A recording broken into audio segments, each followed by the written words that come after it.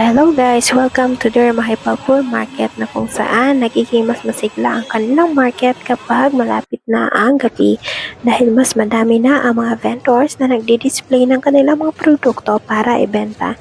Tulad na lang dito sa mga teacups or chai cups na disposable. Yes po, disposable yan kasi once na ginamit mo na siya, i-dispose mo na siya. And then sa part na ito guys is natutuwa ako kasi marami ako nakita ang mga prutas at mga gulay na kakaiba sa aking paningin. Tulad na lang ng mga maliliit na talong, ampalaya at upo. Naglibot-libot lang naman kami dyan guys. And then after nyan is napadpad na kami dito sa boiled chicken biryani ni Bay na kung saan bumili na kami para sa aming dinner. So eto guys yung pinili namin for dinner kasi hindi siya masyadong masala. Kaya hindi masyadong magkakaroon ng tension sa ating mga tiyan dahil hindi tayo mabibigla ng kanilang mga masala.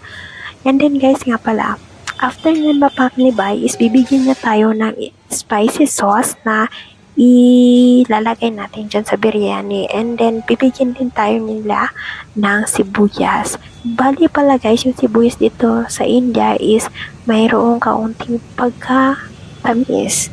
Yes guys, kaya masasabi ko sa inyo guys na yung sibuyas dito sa India ay masarap papakin. Tapos lalagyan mo ngayon siya ng lemon. Squeeze mo ng konting lemon at magiging masarap na yan guys.